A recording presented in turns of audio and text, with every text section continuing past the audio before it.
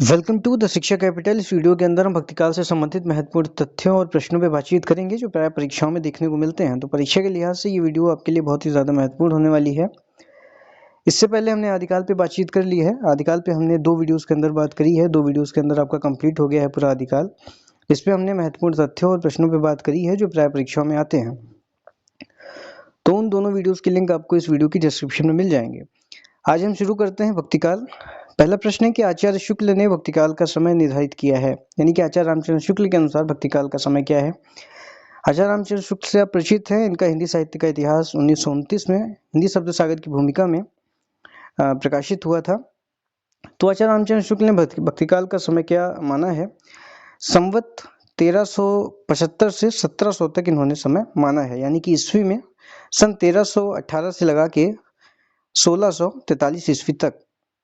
जैसा कि आपको मैंने बताया था कि अगर आप विक्रमी संवत से ईस्वी में कन्वर्ट करेंगे तो उसमें 57 माइनस करेंगे, और अगर ईस्वी से विक्रमी संवत में कन्वर्ट करेंगे तो उसमें 57 जोड़ेंगे। तो इस तरीके से होता है, ये आपको पता होना चाहिए। अगला प्रश्न है कि सामान्यतः भक्तिकाल का समय क्या माना जाता है। तो सामान्य तौर पर भक्तिकाल का समय 14वीं शती के मध्य से 17वीं शती के मध्य तक माना जाता है। अगला प्रश्न है कि भक्ति शब्द की व्युत्पत्ति भज धातु से किसने मानी है। तो भक्ति शब्द की व्युत्पत्ति भज धातु से मोनियर विलियम्स ने मानी है। ये ऐसे प्रश्न हैं जो प्राय परीक्षाओं में पूछे जाते हैं, तो चूंकि रिपीटेटिव प्रश्न है तो परीक्षा में आने की ज़्यादा संभावनाएं हैं। अगला प्रश्न है कि भक्ति का सर्वप्रथम उल्लेख किस ग्रंथ में है। तो भक्ति का सबसे पहला जो उल्लेख मिलता है वो श्वेतश्वेतर उपनिषद में मिलता है। तो आपको ध्यान रखना है श्वेताश्वेतर उपनिषद। अगला प्रश्न है कि मृगावती के रचयिता कुतुबन किसके राजर्षित कवि थे। जैसा कि आपको पता है मृगावती के जो रचनाकार हैं वो कुतुबन हैं। ये हुसैन शाह शर्की के राजर्षित कवि थे। तो ये प्रश्न प्राय परीक्षाओं में पूछा जाता है। चलिए अगला प्रश्न देखते हैं। अगला प्रश्न है कि सत्यपीर संप्रदाय किसने चलाया। तो सत्यपीर जो संप्रदाय था उसको अलाउद्दीन हुसैन शाह ने चलाया था। ये आपको ध्यान रखना है, अलाउद्दीन हुसैन शाह। अगला प्रश्न है कि ब्रह्म सूत्रों की रचना किसने की। तो ब्रह्म सूत्रों की रचना वादरायण ने की। चलिए अगला प्रश्न देखते हैं। अगला प्रश्न है कि यहाँ पे एक पंक्ति दी गई है, पूछा गया है कि ये पंक्ति किसके द्वारा रचित है। कि अवधू मन चंगा तो कठौती में गंगा,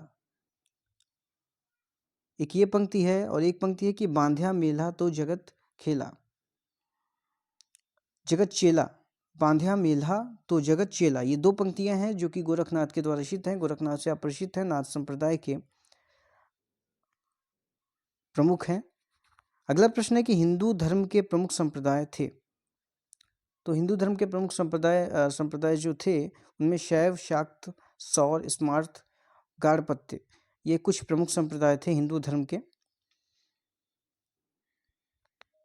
अगला प्रश्न है कि शैव मत के प्रमुख संप्रदाय कौन से थे। तो शैव मत के जो प्रमुख संप्रदाय थे वो पाशुपत, वीरशैव, लिंगायत और काश्मीरी शैव संप्रदाय, ये शैव मत के प्रमुख संप्रदाय कुछ माने जाते हैं। अगला प्रश्न है कि शंकराचार्य ने किस संप्रदाय की स्थापना की और उसमें पंचदेवोपासना की व्यवस्था की। तो शंकराचार्य ने स्मार्त संप्रदाय की स्थापना की और उसमें पंचदेवोपासना की व्यवस्था की थी। चलिए अगला प्रश्न देखते हैं। अगला प्रश्न है कि मंत्रयान, वज्रयान, सहजयान और कालचक्रयान किस धर्म के संप्रदाय थे। तो ये बौद्ध धर्म के महायान शाखा के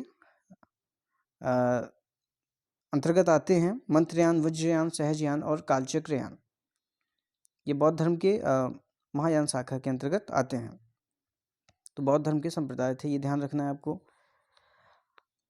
अगला प्रश्न है शरा यानी कि सनातनी, बेशरा यानी कि मस्त मौला फ़कीर किस धर्म की प्रमुख कोटियां हैं। तो ये इस्लाम की प्रमुख कोटियां हैं जिसमें शरा और बेशरा का प्रयोग होता है। यानी कि उनके यहाँ शरा मतलब सनातनी से संबंधित अर्थ है और बेशरा मतलब मस्त मौला फ़कीर को बेशरा कहा जाता है। तो उनके इस्लाम धर्म से संबंधित ये शब्द है। अगला है कि बेशरा साधक कहलाते हैं। तो बेशरा साधक क्या कहलाते हैं? मलामती।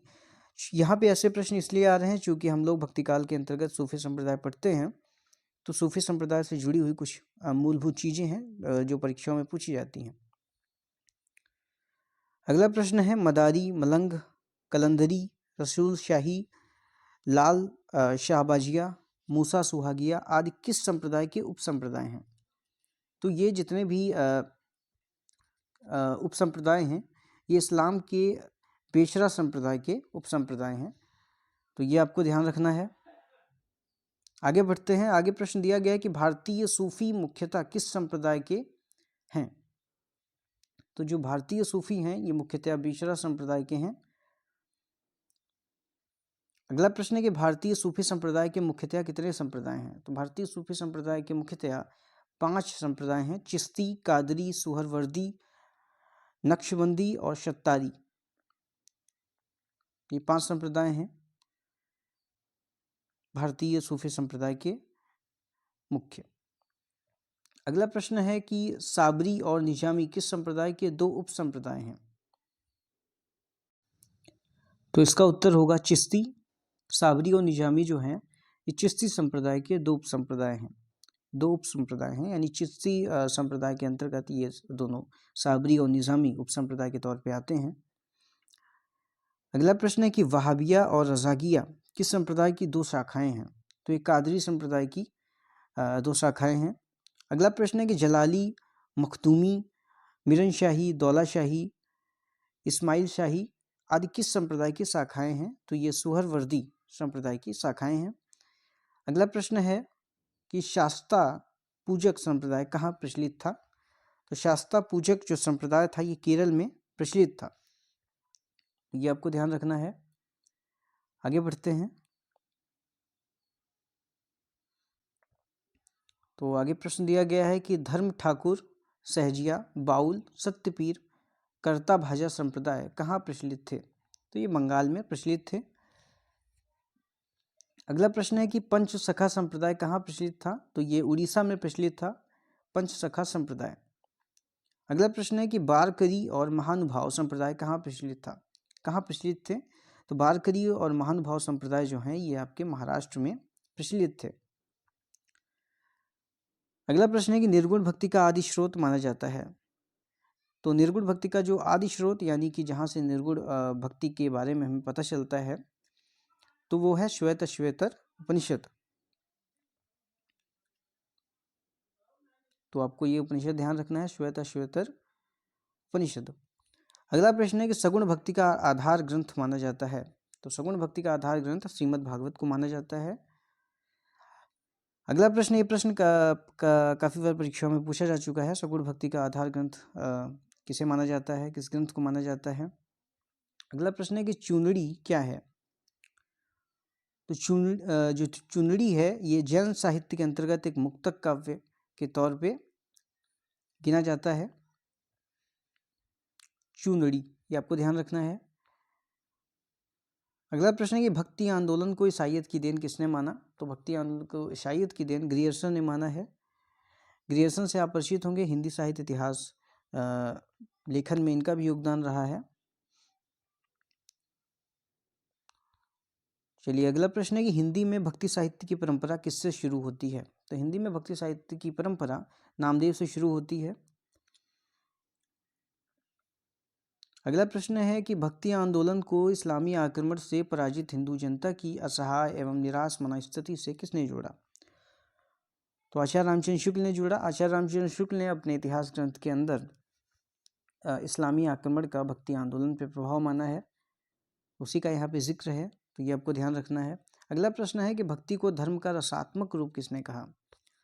तो भक्ति को धर्म का रसात्मक रूप आचार्य रामचंद्र शुक्ल ने कहा है। अगला कथन दिया गया है कि ये पूछा गया है कि किसका कथन है, किसके द्वारा ये बात कही गई है।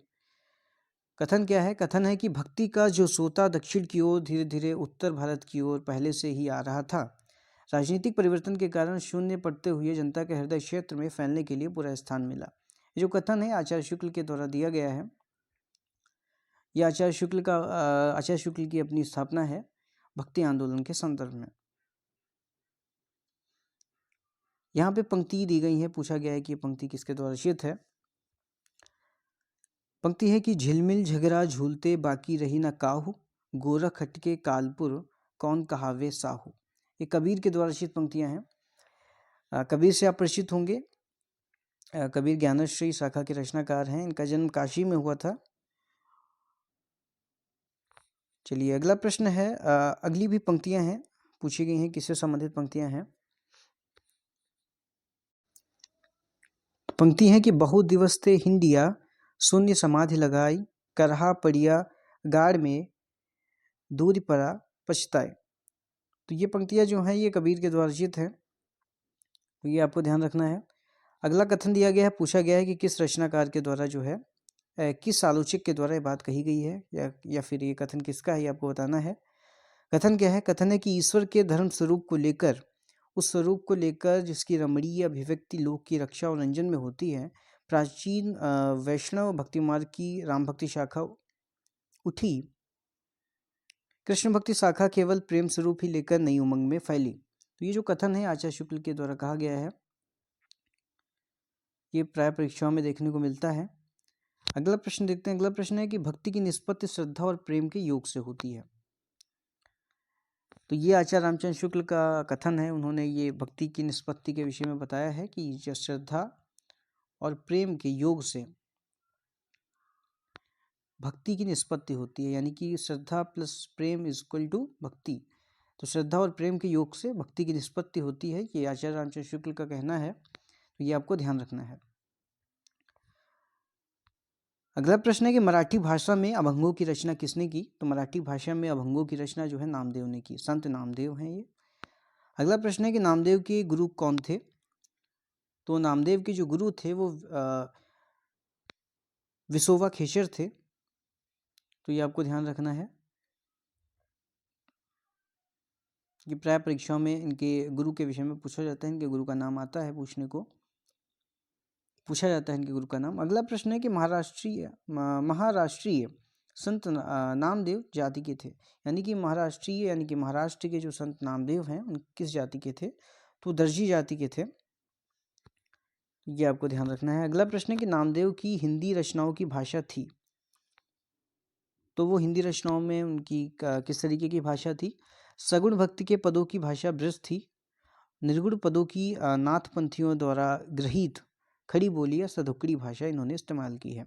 तो सगुण भक्ति के पदों की भाषा इनकी ब्रज रही, और निर्गुण पदों की भाषा इनकी नाथपंथियों के द्वारा गृहीत थी, और खड़ी बोली या कहें कि सधुकड़ी भाषा का वहाँ पे भाषा में देखने को मिलती है। तो ये नामदेव की हिंदी रचनाओं में इस्तेमाल की गई भाषा थी। आगे है कि भक्ति आंदोलन को दक्षिण से आया हुआ किसने माना। तो भक्ति आंदोलन को दक्षिण से आया हुआ आचार्य रामचंद्र शुक्ल ने माना, और भक्ति को आंदोलन को दक्षिण से आया हुआ विभिन्न विद्वानों ने माना है। जैसा कि ये कहावत भी प्रचलित है कि भक्ति द्राविड़ उपजी लाए रामानंद, प्रकट किया कबीर ने सप्तद्वीप नौखंड। अगला कथन दिया गया है, पूछा गया है कथन किसका है।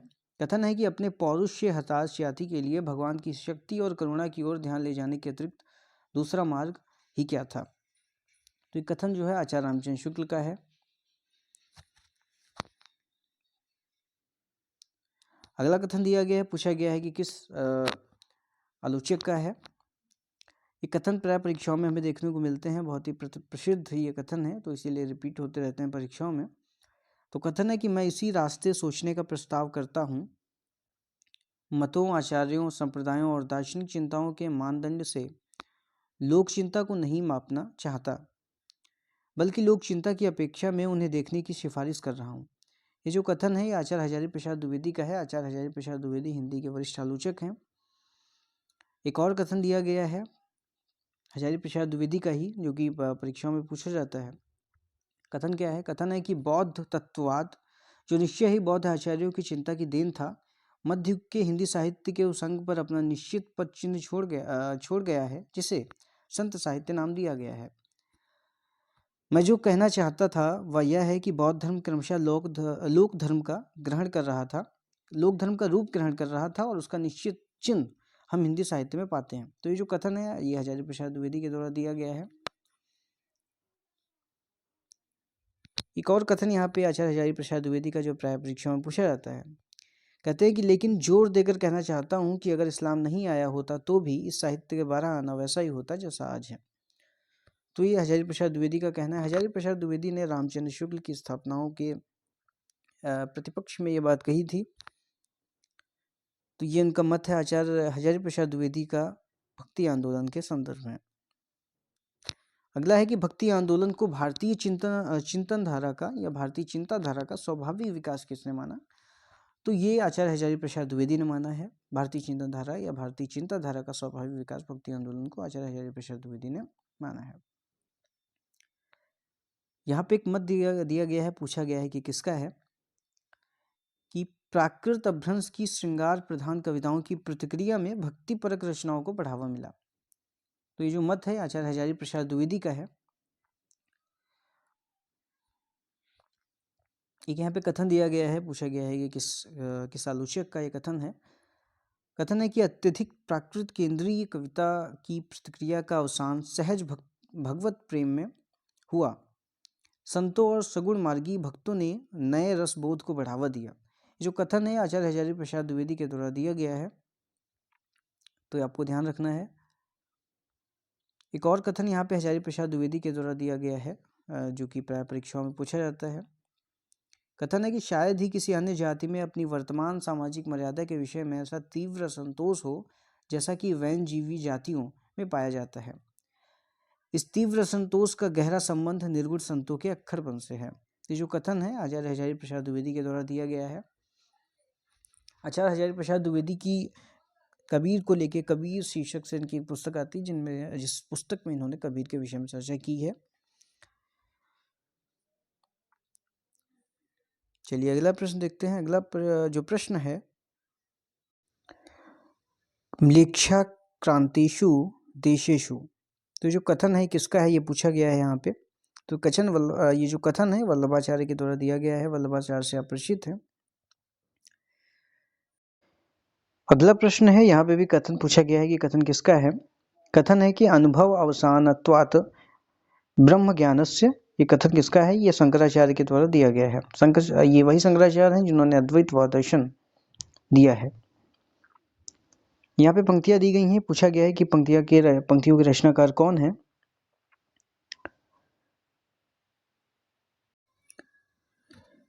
हिय निर्गुण नयन ही सगुण रसना राम सुनान मनहु परट संपुट लसत तुलसी ललित ललाम। ये जो पंक्तियां हैं तुलसीदास के द्वारा रचित हैं, जो कि दोहावली से ली गई हैं। दोहावली जो कि इनके द्वारा रचित ग्रंथ है।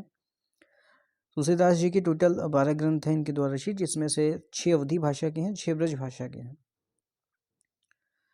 अगली पंक्तियां पूछी गई हैं कि किसके द्वारा रचित हैं, कि माधव मैं ऐसा अपराधी तेरी भगत होत नहीं साधी। ये कबीर के द्वारा रचित पंक्तियां हैं। अगली पंक्तियां पूछी गई हैं कि किसकी हैं। पंक्तियां हैं कि लाभ कहाँ मानुष तन पाए काम बचन मन सपने हो कबहुक घटत न काज पराए सुर दुर्लभ तनुधरि न भजे हरिपद अभिमान गंवाए। तो ये जो पंक्तियां हैं तुलसीदास के द्वारा रचित हैं, जो कि विनय पत्रिका से ली गई हैं। अगली पंक्तियां किसकी हैं, पूछा गया है कि तंत्र न जानू मंत्र न जानू जानू सुंदर काया। ये जो पंक्तियां हैं कबीरदास के द्वारा रचित है। अगला प्रश्न है कि संत मत में किस पंथ या संप्रदाय में तंत्र साधना का प्रभाव रहा है। तो मूलक पंथ और निरंजनी संप्रदाय, इन 2 पंथ या संप्रदायों में तंत्र साधना का प्रभाव रहा है संत मत में। अगला प्रश्न है कि संत काव्यधारा के दार्शनिक सांस्कृतिक आधार क्या है। तो संत काव्यधारा के जो दार्शनिक और सांस्कृतिक आधार हैं वो उपनिषद हैं, शंकराचार्य का अद्वैत दर्शन, नाथपंथ, इस्लाम, सूफी दर्शन, बौद्ध धर्म, ये जो सारे के सारे हैं ये संत काव्यधारा के दार्शनिक और सांस्कृतिक आधार हैं। कबीर की पंक्तियां दी गई हैं जो कि प्राय परीक्षाओं में आती हैं कि हरि रस पिया जानिए जे कबहू न जाए खुमार मैं मनता घूमत फिरे ना ही तन की सार। तो जो पंक्तियां हैं कबीरदास के द्वारा रचित हैं। अगला प्रश्न है कि पूर्णतया अद्वैतवादी संत कवि हैं। तो पूर्णतया जो अद्वैतवादी संत कवि हैं उनमें कबीर, दादू, मलुकदास ये मुख्य तौर पे नाम आते हैं हमारे सामने। अगला प्रश्न है कि भेद अभेदवादी संत कवि हैं। तो भेद अभेदवादी जो संत कवि हैं वो नानक हैं। अगला प्रश्न है कि योग साधना से प्रभावित संत कवि कौन है। तो योग साधना से जो प्रभावित संत कवि हैं उनमें कबीर, सुंदरदास, हरिदास निरंजनी ये नाम आते हैं। कबीरदास से आप परिचित हैं। इनका जो बीजक आता है उस पर इनसे जुड़ी हुई जो रचनाएं हैं हमें उस ग्रंथ में मिलती हैं, जो कि इनके शिष्य धर्मदास के द्वारा उसका संकलन किया गया था।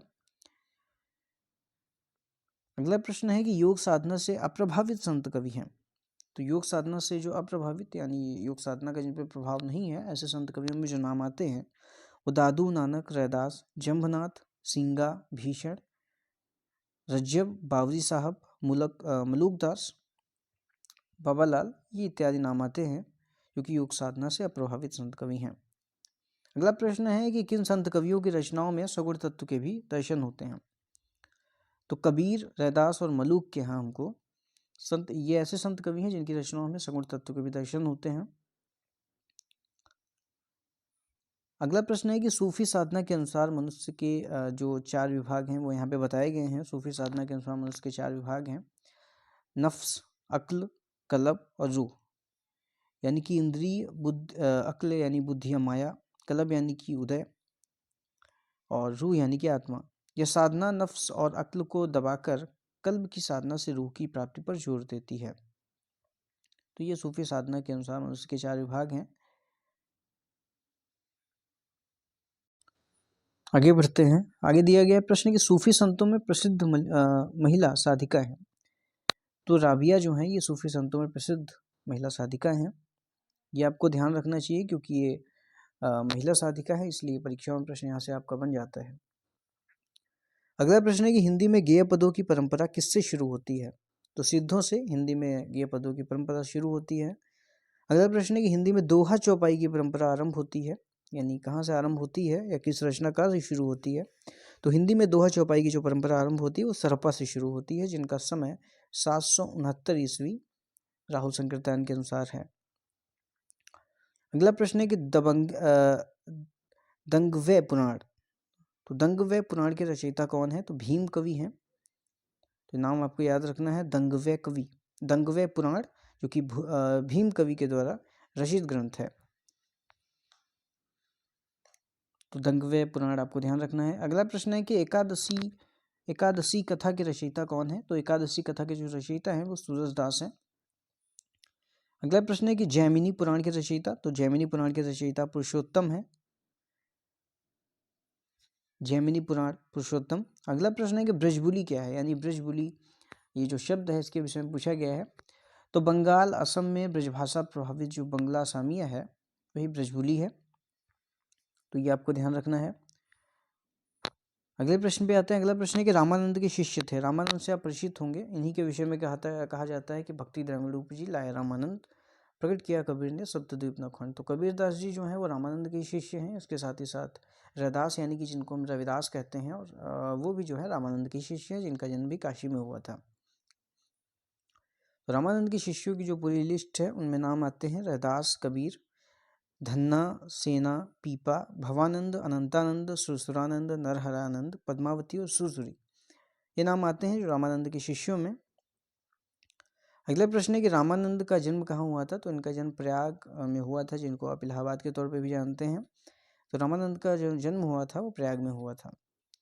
रामानंद के गुरु कौन थे। रामानंद के जो गुरु थे वो राघवानंद थे। बहुत ही महत्वपूर्ण प्रश्न है। अगला प्रश्न है कि रामावत संप्रदाय का प्रवर्तन किसने किया। तो रामावत संप्रदाय का प्रवर्तन रामानंद जी ने ही किया। अगला प्रश्न है कि सिद्धांत पंचमात्रा के रचनाकार कौन है। तो सिद्धांत पंचमात्रा के रचनाकार राघवानंद हैं, जो कि रामानंद के गुरु हैं। सिद्धांत पंचमात्रा के रचनाकार राघवानंद। अगला प्रश्न है कि रामावत संप्रदाय और श्री संप्रदाय में प्रमुख भेद क्या है।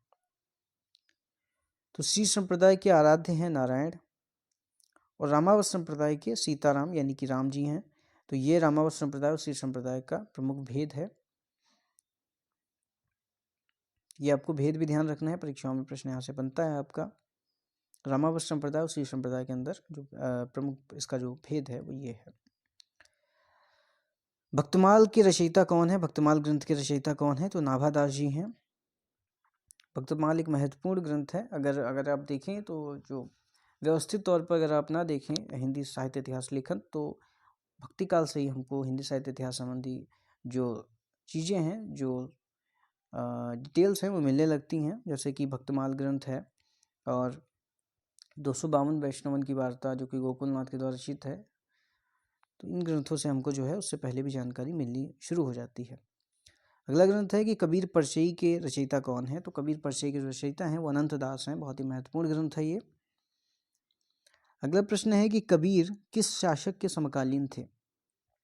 यानी कि किस शासक के समय, इनके समय कौन सा शासक जो है वो शासन कर रहा था? तो कबीर के समय जो शासक थे वो सिकंदर लोदी थे। तो ये आपको ध्यान रखना है। कबीर के गुरु कौन थे? तो कबीर के गुरु रामानंद थे, जिस पर हमने चर्चा कर ली है। अगला प्रश्न है कि मुसलमानों के अनुसार कबीर के गुरु कौन थे? तो मुसलमानों के अनुसार जो कबीर के गुरु हैं वो सूफी फ़कीर शेख तकी। तो ये नाम भी आपको ध्यान रखना है। कबीर के गुरु तो प्रायः रामानंद ही माने जाते हैं, लेकिन अगर परीक्षा में आपकी ये प्रश्न आता है कि मुसलमानों के अनुसार कबीर के गुरु कौन थे, तो सूफी फ़कीर शेख तकी थे।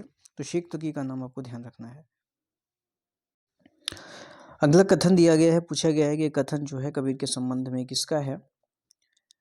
आपको पता है आचार्य रामचंद्र शुक्ल का काम जो है वो त्रिवेणी पे रहा है, यानी कि सूरदास, तुलसी और जयसी, इन 3 लोगों पे इनका बड़ा काम रहा है। कबीर के संदर्भ में इनका बहुत कम काम रहा है।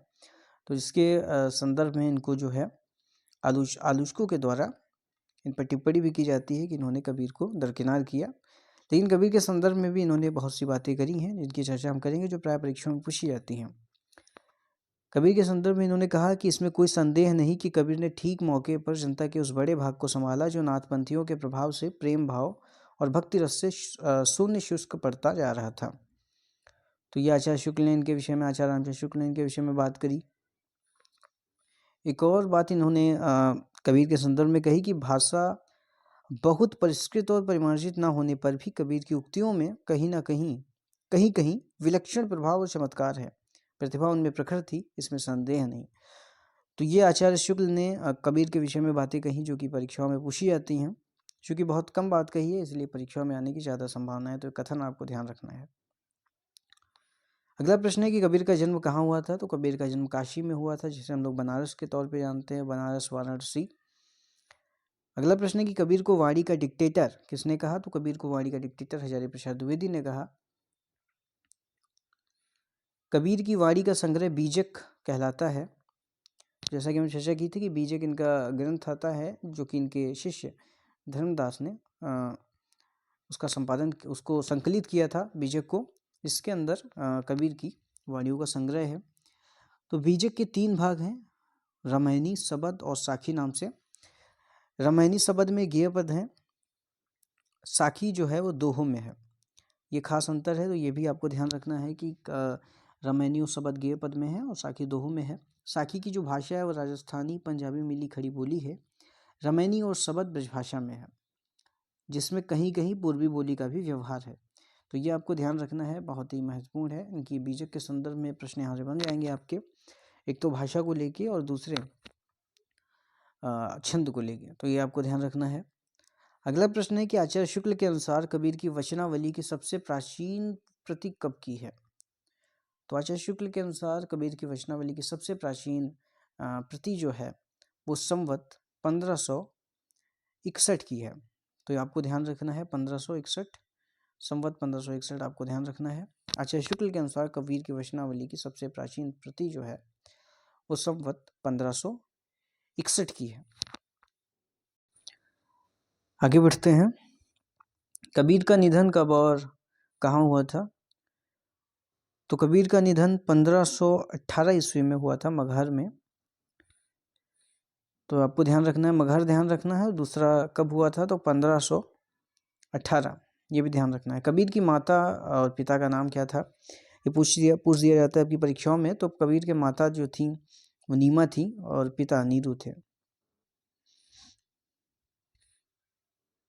तो माता पिता का नाम ध्यान रखना है आपको, नीरू नीमा था।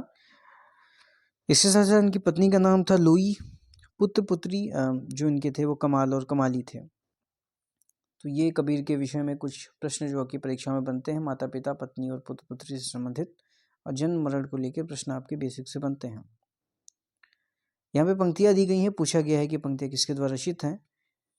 पंक्तियाँ हैं कि साखी शब्दी दोहरा कही कहिनी उपखान, भगत निरूपहि भगत कल निंदहि वेद पुराण। ये जो पंक्तियाँ हैं तुलसीदास के द्वारा रचित है, तो ये आपको ध्यान रखनी है, परीक्षा में बार बार पूछी जाती हैं ये पंक्तियाँ। अगला प्रश्न है कि किन ऐतिहासिक ग्रंथों में कबीर का उल्लेख मिलता है। तो कबीर का उल्लेख जिन ऐतिहासिक ग्रंथों में मिलता है वो हैं आईने अकबरी और तालिस्तान मजाहिब। दो ग्रंथ ऐसे ऐतिहासिक ग्रंथ हैं जिनके अंदर कबीर का उल्लेख हमें मिलता है। पंक्तियाँ पूछी गई हैं कि इसके द्वारा रचित है। पंक्तियाँ हैं कि जाके कुटुंब सब ढोर ढवंत, फिर ही अजहू बानारसी आसपासा, आचार सहित विप्र करहि दंडवूति, तीन तनय रविदास दासानुदासा। ये पंक्तियाँ जो है रविदास यानी कि रैदास के द्वारा रचित हैं। तो रैदास और रविदास में आपको कंफ्यूज नहीं होना, एक ही नाम है। तो ये रविदास के विषय में रविदास के द्वारा रचित पंक्तियाँ हैं, जिसमें हमको कई बहुत जानकारी मिल जाती है उस समय के तत्कालीन समाज के विषय में और रैदास की स्थिति के विषय में। जैसे कि रैदास ने इसमें लिखा भी है कि वानरसी आसपासा, एक तो रैदास बनारस के ही थे यानी कि काशी के ही थे, तो इन्होंने अपने उस समय के समाज की स्थिति भी बताई, इसके साथ ही साथ अपनी स्थिति भी बताई इन पंक्तियों में। तो ये पंक्ति आपको ध्यान रखनी है। अगला कथन पूछा गया है कि किसका है, ऐसी मेरी जात विख्यात चमार। ये जो कथन है ये रैदास यानी कि रविदास का ही है। तो इन्होंने अपनी जाति के विषय में इस पंक्ति में बताया है, ये भी ध्यान रखना है। अगली पंक्ति पूछी गई किसकी है, पंक्ति है कि पावर जंगम कीट पतंगा पुरी रहो हरिराई। ये जो पंक्तियां हैं ये रैदास के द्वारा यानी कि रविदास के द्वारा रचित हैं। अगली पंक्ति पूछी गई है किसके द्वारा रचित है, पंक्ति है कि गुण निर्गुण कहियत नहीं जाके। ये जो पंक्तियां हैं रैदास के द्वारा रचित हैं। अगला प्रश्न है कि गुरु ग्रंथ साहिब में रैदास के कितने पद मिलते हैं। ये महत्वपूर्ण प्रश्न है, परीक्षा में प्राय पूछा जाता है। तो गुरु ग्रंथ साहिब में रैदास के 40 पद हमें मिलते हैं। अगला प्रश्न है कि कबीर की बानियों का सबसे पुराना नमूना किस ग्रंथ में मिलता है। तो कबीर की बानियों का जो सबसे पुराना और प्राचीनतम हमें नमूना मिलता है वो गुरु ग्रंथ साहिब में ही मिलता है। तो ये आपको ध्यान रखना है। पंक्तियाँ पूछी गई हैं कि किसके द्वारा रचित हैं कि अब कैसे छूटे राम नाम रट लागी, प्रभु जी तुम चंदन हम पानी, जाकी अंग अंग वास समानी। रैदास यानी कि रविदास के द्वारा रचित पंक्तियाँ हैं ये जो पंक्ति है काफ़ी बार परीक्षाओं में पूछी जा चुकी है। अगली पंक्ति पूछी गई किसके द्वारा रचित है, पंक्ति है कि जाति ओझा पाती ओझा ओझा जन्म हमारा। ये जो पंक्ति है रैदास के द्वारा रचित है। अगला प्रश्न है कि रैदास की कविताओं की प्रमुख विशेषता क्या है। तो देखिए रैदास की कविताओं की जो प्रमुख विशेषता है वह निरीहता एवं जातीय कुंठाहीनता। तो ये उनकी कविताओं की विशेषता है, वैशिष्ट्य है।